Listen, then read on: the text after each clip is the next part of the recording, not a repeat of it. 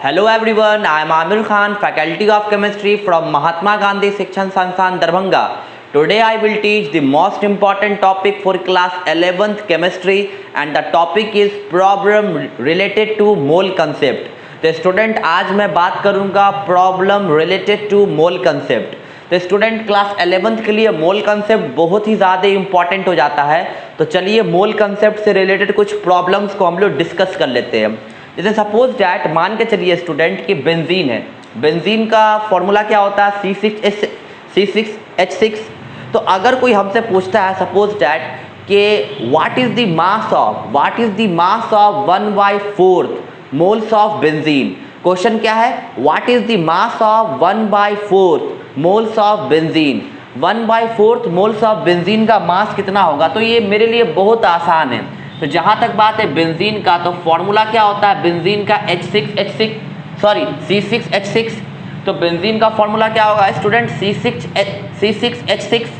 तो अब देखिए ये बहुत इजी है।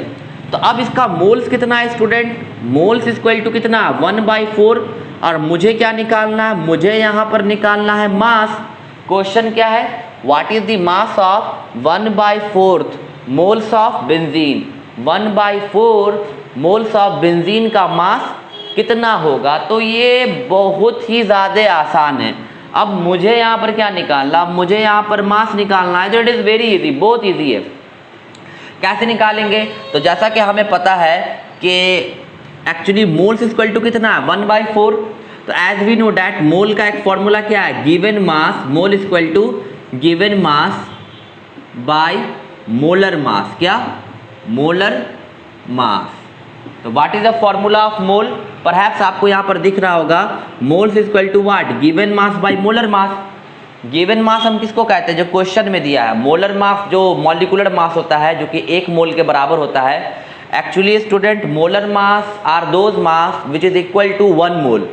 जो मास 1 मोल के बराबर होता है स्टूडेंट, उस मास को हम क्या कहते हैं, मोलर मास कहते हैं। And the SI unit of molar mass is gram per mole. Ji, actually molar mass का SI यूनिट क्या होता है स्टूडेंट, ग्राम पर मोल। और ये इस बात को बताता है कि 1 मोल का मास ग्राम में कितना हुआ। तो what is molar mass, the mass equal to 1 mole is equal to molar mass. जो मास आपको 1 मोल के बराबर होगा उस मास को हम क्या कहेंगे, मोलर मास कहेंगे। ठीक है।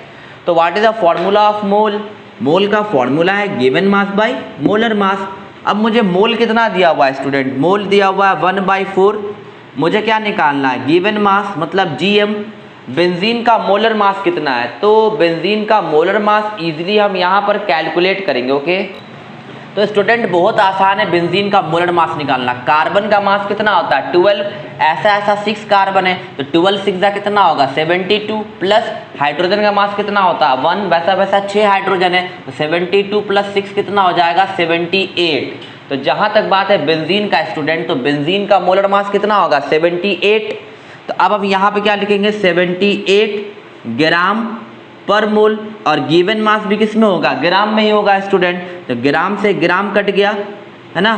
तो अब ये मोल ऊपर की तरफ जाएगा और यहाँ पर क्या हो जाएगा, ये भी तो 1/4 मोल ही है ना। ये भी क्या है, देखो ना बेंजीन का मोल कितना दिया हुआ था 1/4, तो ये भी तो 1/4 मोल होगा। इज इक्वल टू क्या हो जाएगा, अब मुझे क्या निकालना है गिवन मास, और ये कितना है 78। अब ये मोल हो गया, ग्राम से ग्राम कट गया।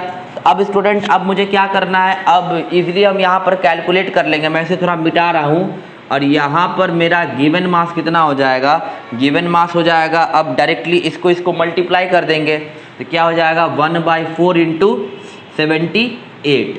क्या हो जाएगा 1/4 × 78। बहुत ईजी है, देखिए ना। अब ये कट जाएगा आपको, ये हो जाएगा 4 × 1 = 4, कितना बच गया 2 एंड 4 × 7 = 28 और मास कितना आया 17 ग्राम।